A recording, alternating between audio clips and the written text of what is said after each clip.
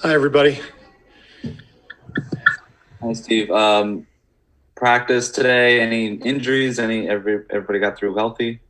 Yep, everything was good. It was, more a shoot around than a practice, just with the 1 o'clock start tomorrow. But a lot of good work. I think our guys are excited to get back out there, and great challenge with, Utah coming in here with I think, best record in the league. I know best record in the West, but I believe best record in the whole NBA. So big challenge. It's going to be fun. It's kind of what I was going to ask you. It kind of serves as a shoot around. What stands out to you when you look at Utah?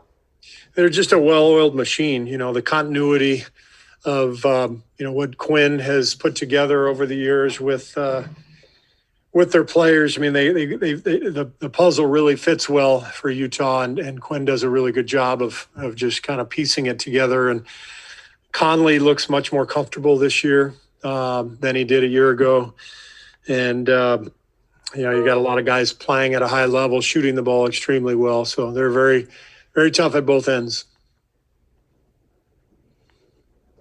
Hey, Coach, Anthony Flores with NBC Bay Area. You kind of touched on it, but just kind of wondered what the overall mood of the team is in general, feeling 4-game losing streak. The last 2 games have been close, but just wondering how you guys feel going into tomorrow's game.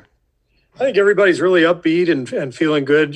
So the last couple of weeks have been tough. The travel was really difficult, going back east for 4 and then coming back for 1, and obviously playing a very tough slate of games. And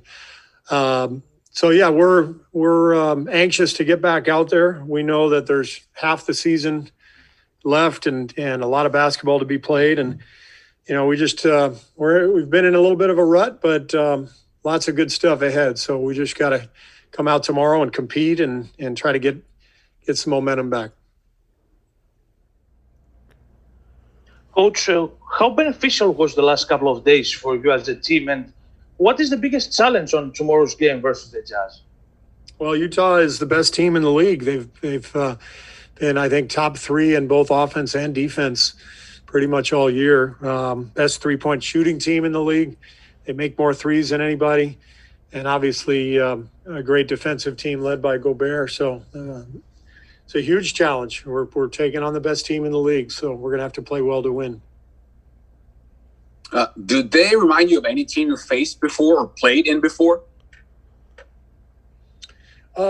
No, but I mean, they have been doing this now for a few years, so we know them, and we've played them a lot, and they've given us a lot of trouble. Even when we, had our best teams, Utah has played us well.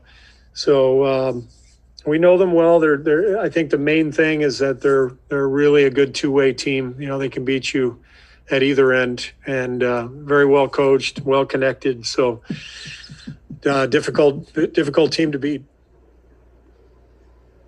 Kevon, what's the biggest challenge on facing a guy like Gobert? The biggest challenge with Gobert is, he affects a lot of shots around the rim. A lot of opportunities that you think that's going to be there are not just because of his length. He puts a lot of pressure on the basket when they're with their screen and roll. Him and Donovan Mitchell, Conley, and Ingles and Bogdanovich, all those guys screen and roll with the spacing they have. He's a lob threat. He's a guy that you got to keep off the board. So, he affects the game on both ends of the court just with his size. So it's something that we got to be prepared for, and I think we are going to be prepared for it. Kevon, how important for you as a team is to set the tone from your defensive end? And what will going to be the key for tomorrow overall? I think it's really important for me to set the tone on the defensive end.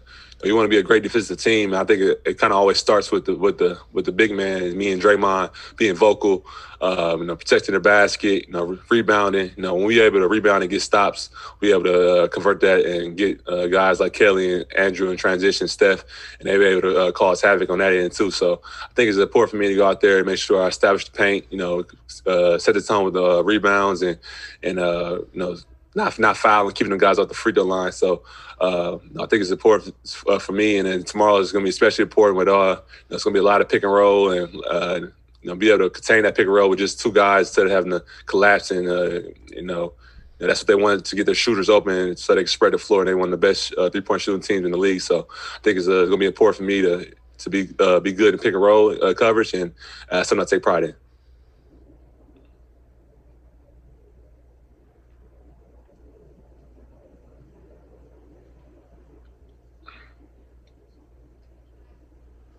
Is that it? All right. Thanks, everybody. You're off the hot seat. We'll have someone else up here shortly. You mentioned your 60-win Hawks team. Does this Jazz team that you're going to play tomorrow remind you at all of that Hawks team? Because they're kind of compared nowadays. Yeah, same coaching tree. Quinn Snyder was there with Bud for a little bit. Ball movements, and you can see the camaraderie. Ball flies. You see how the bench reacts, and those guys are out there letting it fly. And when the ball's hopping like that, it's everyone feels like they're a part of it. I'm sure those guys, they show up to the arena, lacing them up, ready to go. Each guy knows what he brings to the team. Each guy knows how he can help the team, and the encouragement is there. That's a team, regardless if their guys are making shots or not. I'm sure they're still giving the effort defensively, and those are all the small things that go into playing a winning brand of basketball. You can have a guy.